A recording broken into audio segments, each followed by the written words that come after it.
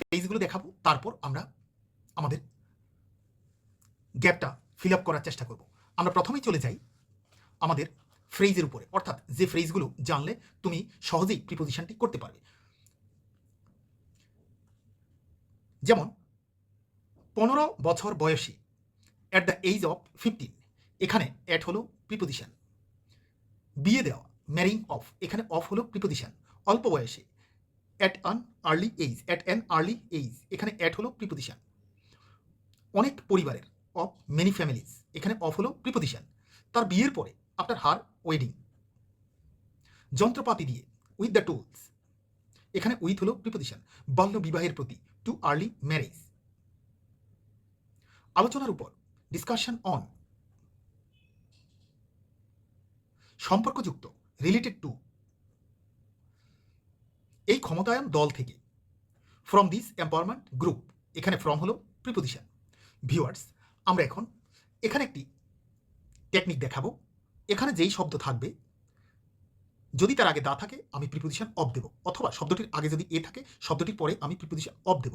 একইভাবে অফ থাকলে ওই শব্দের আগে আমি দা অথবা এ আর্টিকেল ব্যবহার করব। আমরা দেখি এখন আমাদের প্যাসেজে আমরা কতটুকু এর প্রভাব রাখতে পারি। প্রথমে আমরা দেখতে পাচ্ছি শিল্পী।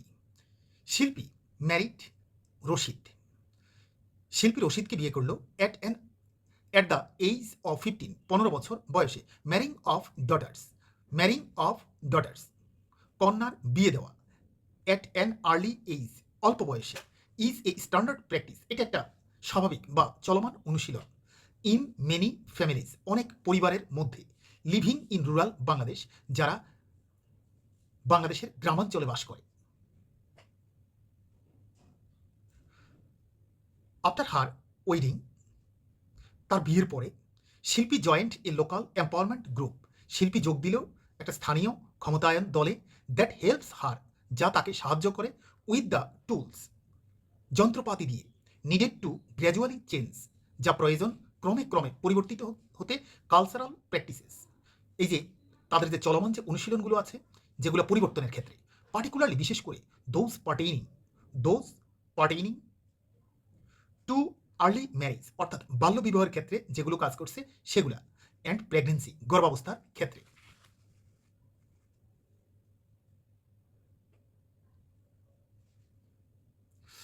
দ্য গ্রুপস অ্যাক্টিভিটিস, দলের কাজকর্ম। ইনক্লুড, দলের কাজকর্মের মধ্যে অন্তর্ভুক্ত। ডিসকাশন, আলোচনা। Discussion on how to change behaviour, কিভাবে আচরণের পরিবর্তন ঘটানো যায়।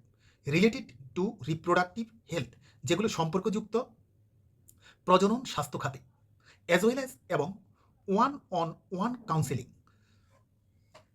এক এক করে কাউন্সেলিং। লিফি লাইক শিল্পী, শিল্পীর মতো। মেনি অব দ্য গার্লস, অনেক মেয়েরাই। গট অ্যাসিস্ট্যান্স, সহযোগিতা পেল বা সাহায্য পেল। ফ্রম দিস এম্পাওয়ারমেন্ট গ্রুপ, এই ক্ষমতায়ন দল থেকে। ভিউয়ার্স, এইভাবে আমরা যদি ফ্রেজগুলো জেনে আমরা কাজ করি, তাহলে আমরা অল্প সময়ের ভেতরেই আমরা প্রিপোজিশনগুলো আয়ত্তে আনতে পারবো। আমরা আমাদের এ নিয়ে পরবর্তী